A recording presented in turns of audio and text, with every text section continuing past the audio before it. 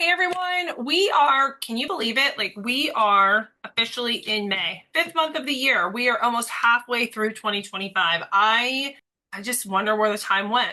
And I think, this has been a year that we have seen a lot of weirdness in the market, a lot of shifts up and down, and just some general instability. And why does that matter for hiring? There was a point where I think a lot of us in the HR space and as business owners, we were kind of on pins and needles. Do we hire? Do we not hire? Do we hold steady? What are we going to do? It does feel like things are starting to stabilize a little bit.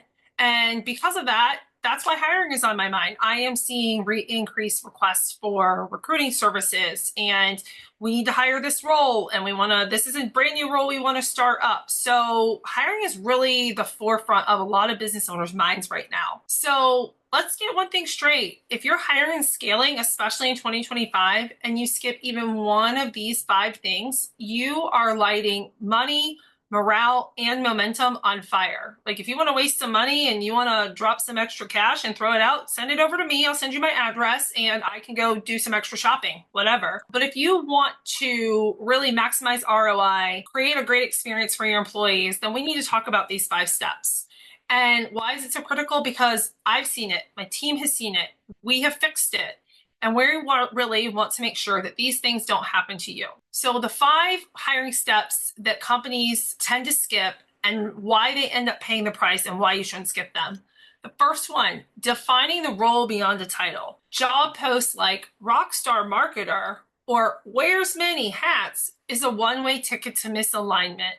Define what success looks like in day 90, day 180, and day 365 and beyond. You have to have a clear picture of not just the title, but the roles, the functions, the duties, and what the person should really be doing. What outcomes are we trying to get them to perform for the business?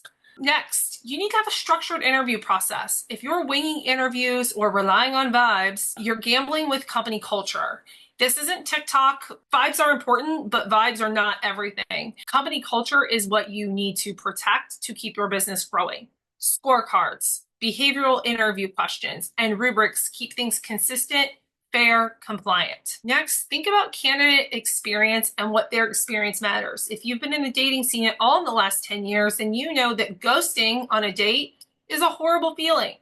Candidates don't want to be ghosted either. Ghosting candidates or taking 3 weeks to respond, these are top talent balances.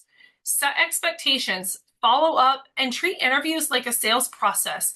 Even when the update is, I don't have an update, reach out to the candidate and say, hey, Susie, just wanted to let you know we're still working through our process. I've been traveling. I hope to be able to follow up with you by the end of next week.